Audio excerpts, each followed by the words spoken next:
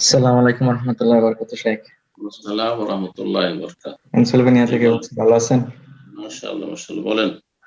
জি, একটা কোশ্চেন ছিল। কিছুদিন আগে একজন সৈয়দ আলম থেকে বক্তব্যটা শুনছি, যে যদি আহ, কাউকে আপনি আল্লাহর জন্য ভালোবাসেন তাহলে তারা জানানো উচিত।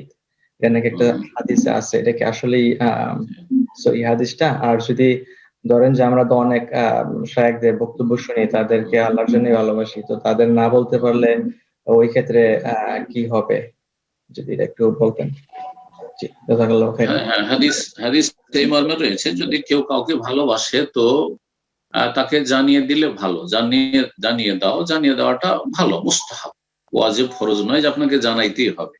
যদি আপনার সাথে কোনো যোগাযোগ থাকে, তার সাথে সোশ্যাল মিডিয়াতে যে কোনো ভাবে সরাসরি যোগাযোগ থাকে অথবা পরোক্ষ ভাবে, আপনি সোশ্যাল মিডিয়াতে, আপনি ফেসবুকে আছেন, জানিয়ে দেন যে আমি কোরআন সুন্নাহর আলেমদেরকে বা সালাফি মানহাজের অনুসারী আলেমদেরকে, দায়ীদেরকে ভালোবাসি বা অমুক শাইখকে ভালোবাসি, কোনো অসুবিধা নেই। কিন্তু শুধু একজনকে বলবেন না, কারণ ফিতনার যুগ, হিংসার যুগ। সুতরাং কি বা প্রয়োজন?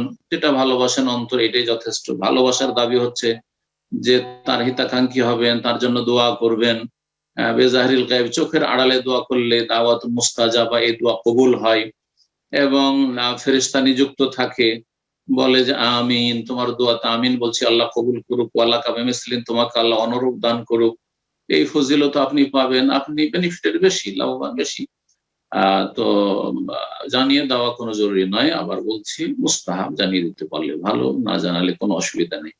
একটি কথা এখানে না বললে হয় না, পুরুষ মহিলাকে ধরেন দিনের খাতিরে ভালোবাসছেন, কোন একজন মহিলা দিনের খাতিরে কাউকে ভালোবাসছেন, কিন্তু নন মাহরাম, ফিতনার আশঙ্কা আছে, মোটেই বলবেন না। ফিতনার আশঙ্কা না থাকলে মানুষে ভুল বুঝবে, বলবেন না যে আমি আপনাকে ভালোবাসি, কথা বলতে যাবেন না। এইরকমই একজন পুরুষ, একজন মাশাআল্লাহ দিনদার পরেশগার মহিলা, আল্লাহ মহিলা, সে হয়তো মাশাআল্লাহ দিনের খেদমত করছে, সোশ্যাল মিডিয়াতে অনেকে আপনাদের ফ্রেন্ড লিস্টে আছে, বলবেন যে আপনাকে আল্লাহর জন্য ভালোবাসি, না, জায়েজ নাই, ফিতনা এগুলো মোটেই জায়েজ নাই। তো ফিতনার রাস্তা সবসময় বন্ধ রেখে এই কথাগুলি বলতে হবে। পুরুষ পুরুষকে বলবে, মহিলা মহিলাদেরকে বলবে যে আপনাকে আল্লাহর জন্য ভালোবাসি, যদি সত্যি আল্লাহর জন্য ভালোবাসে তাহলে। জি, জাযাকুমুল্লাহ।